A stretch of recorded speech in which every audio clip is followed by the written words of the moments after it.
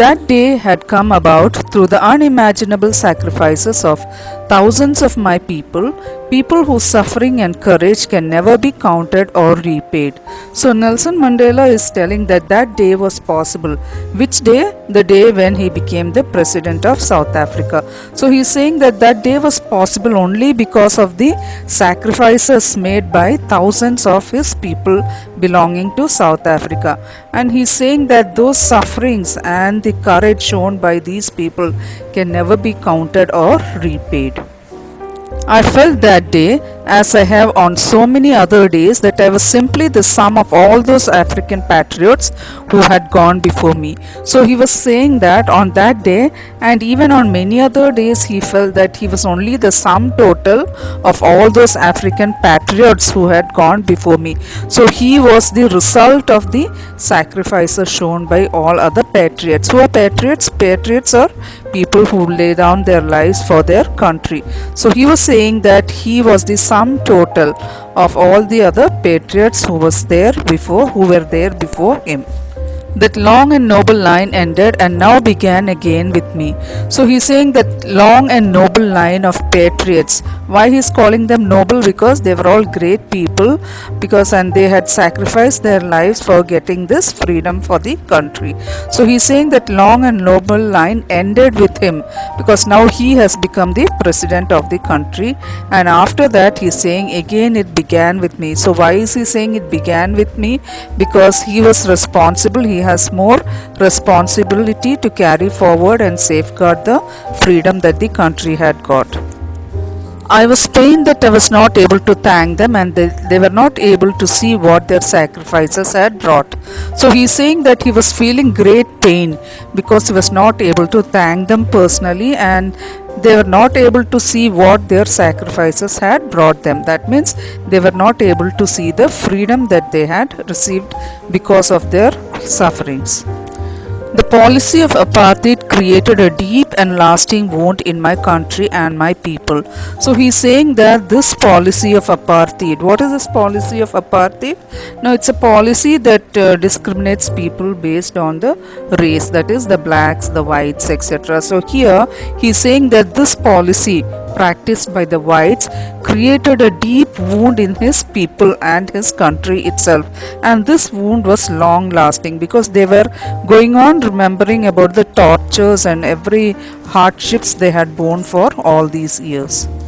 All of us will spend many years, if not generations, recovering from that profound hurt. So he's saying that his people, the people of South Africa, will continue to suffer and remember the wounds that they had been suffering, not only for many years but for generations to come, because it will take a long time for them to recover from this profound hurt. What is profound hurt? Something that is very intense. So this deep and strong hurt that they had been suffering will take a long time to be forgotten. But the decades of oppression and brutality had another unintended effect, and that was that it had produced Oliver Tambos, the Walter Sisselers, the Chief Lutholis, the Yusuf Dadus, the Brahms Fisher, the Robert Sobukwe's of our time. So he's saying that this oppression had not only created a deep wound, but it had also created another effect. What is that? It had produced so many great men, extraordinary men of courage who had stood up against this oppression and raised their voice against the whites, and he has named a few of them. Men of such extraordinary courage, wisdom and generosity that their like may never be known again. So he has named a few people like Oliver Tambos, Walter Sisselers, Chief Lutholis, Yusuf Dadus, etc. and he is calling them as men of extraordinary courage, wisdom and generosity, because they were men who stood up against all the atrocities and against the apartheid policy of the whites, and they had raised their voice against this policy also. And he says that such men can never be found again. Perhaps it required such depths of oppression to create such heights of character. So he's saying that the apartheid policy was practiced in such a deep manner and to such a brutality that it was able to create men of such extraordinary courage. My country is rich in minerals and gems that lie beneath its soil, but I have always known that its greatest wealth is its people. So Nelson Mandela believes that his country is very rich because of the presence of minerals and other valuable gems beneath the soil. But what he says is he believes that the greatest wealth of any nation is its people, finer and truer than the purest diamonds.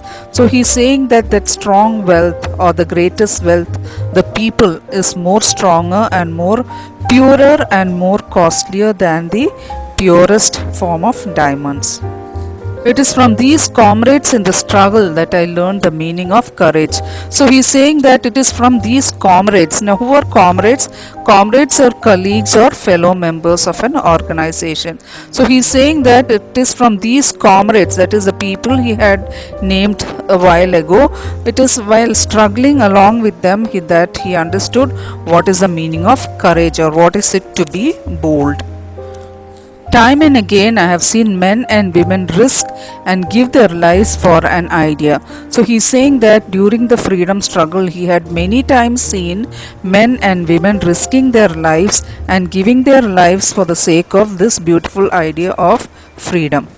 I have seen men stand up to attacks and torture without breaking, showing a strength and resilience that defies the imagination. So he says that many a times he had seen men stand up against the attack and torture. So whenever men were being attacked by the whites or the government that oppressed, so he saw them bearing every pain in silence and not fighting back. They had so much of resilience, that means they were able to bear every hardship without any showing any signs of pain or torture. So he says that that strength to bear all this pain was beyond his imagination. The strength that these men and women showed against the while bearing the torture was beyond his imagination. I learned that courage was not the absence of fear but the triumph over it. So here he gives a beautiful thought on courage. He says that courage is not when there is no fear, but courage is actually when you are able to conquer your fear. That means when you win over fear, that is the real meaning of courage.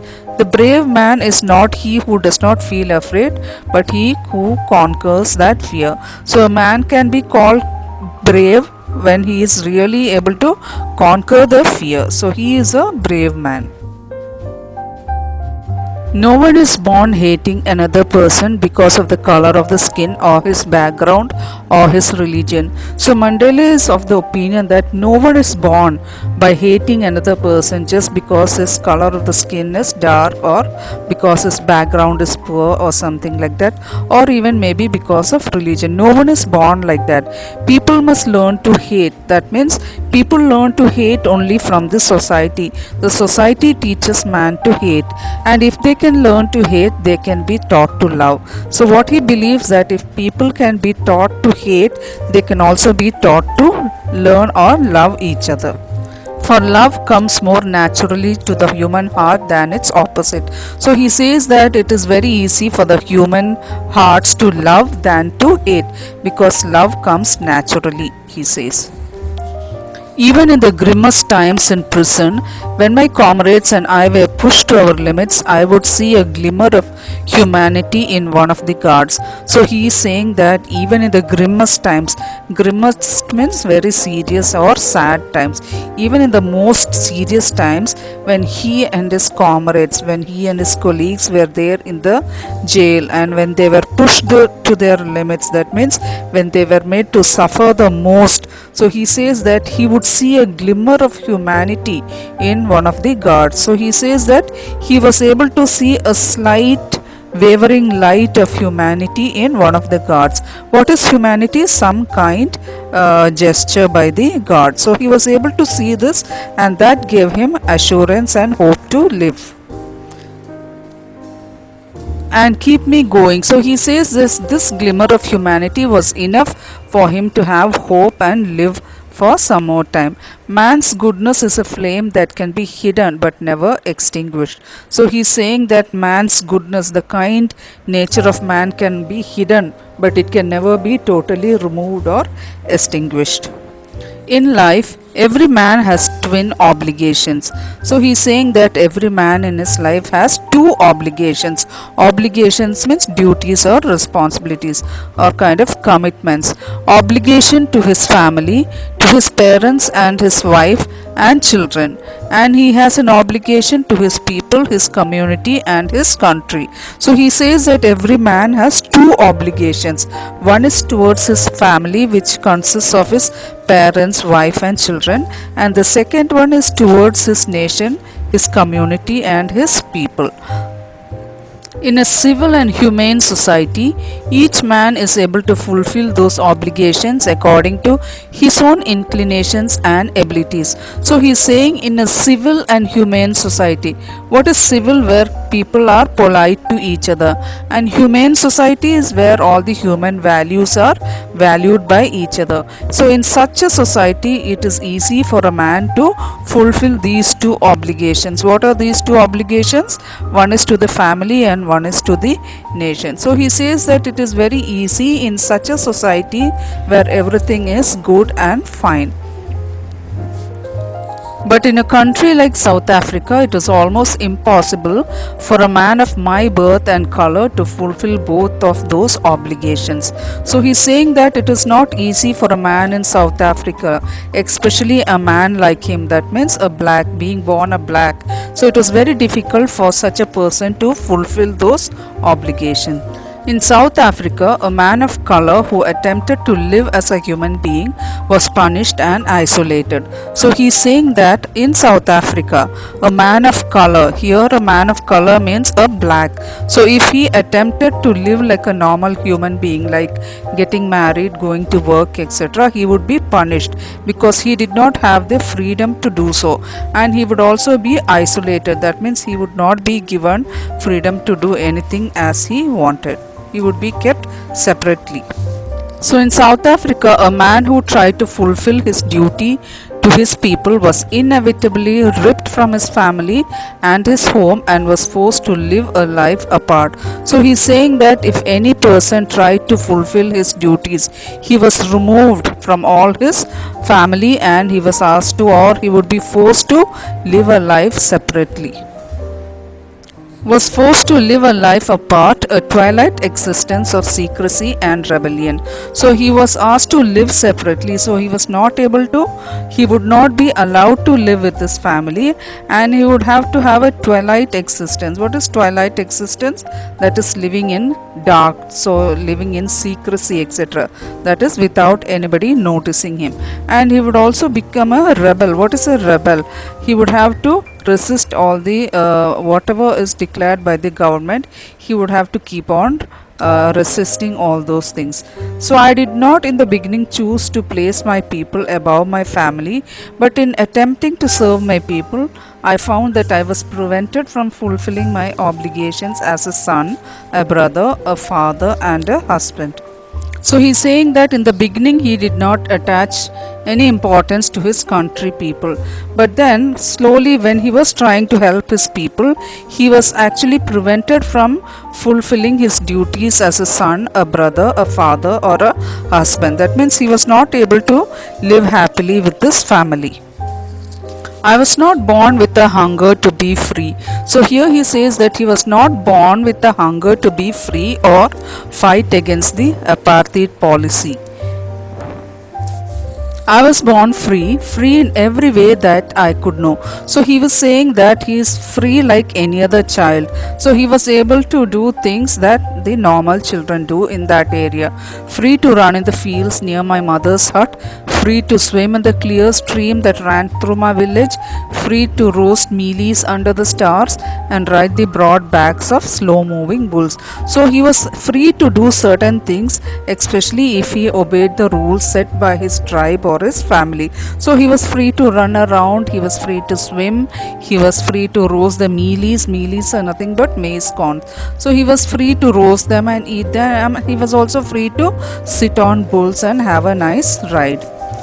So, as long as I obeyed my father and abided by the customs of my tribe, I was not troubled by the laws of man or God. So, he's saying that as long as he obeyed his father and the rules set by the tribe, his tribe, he was not troubled by anyone, either by the government or anybody else. It was only then that I began to learn that my boyhood freedom was an illusion. So it was only then he understood that his desire for freedom was an illusion. That means it was kind of a false idea or belief that he was not really free. When I discovered as a young man that my freedom had already been taken from me, that I began to hunger for it.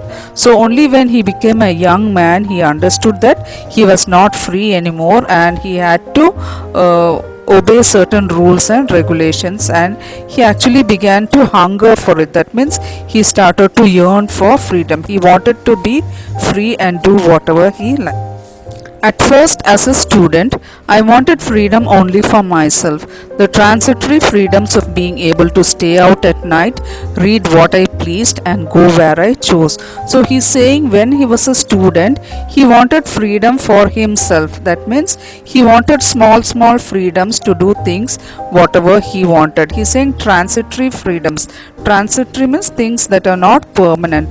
So, he wanted small freedoms, or he wanted to freely stay out at night or read whatever he want or go wherever he wanted to. So these are the small freedoms that he wanted as a young student.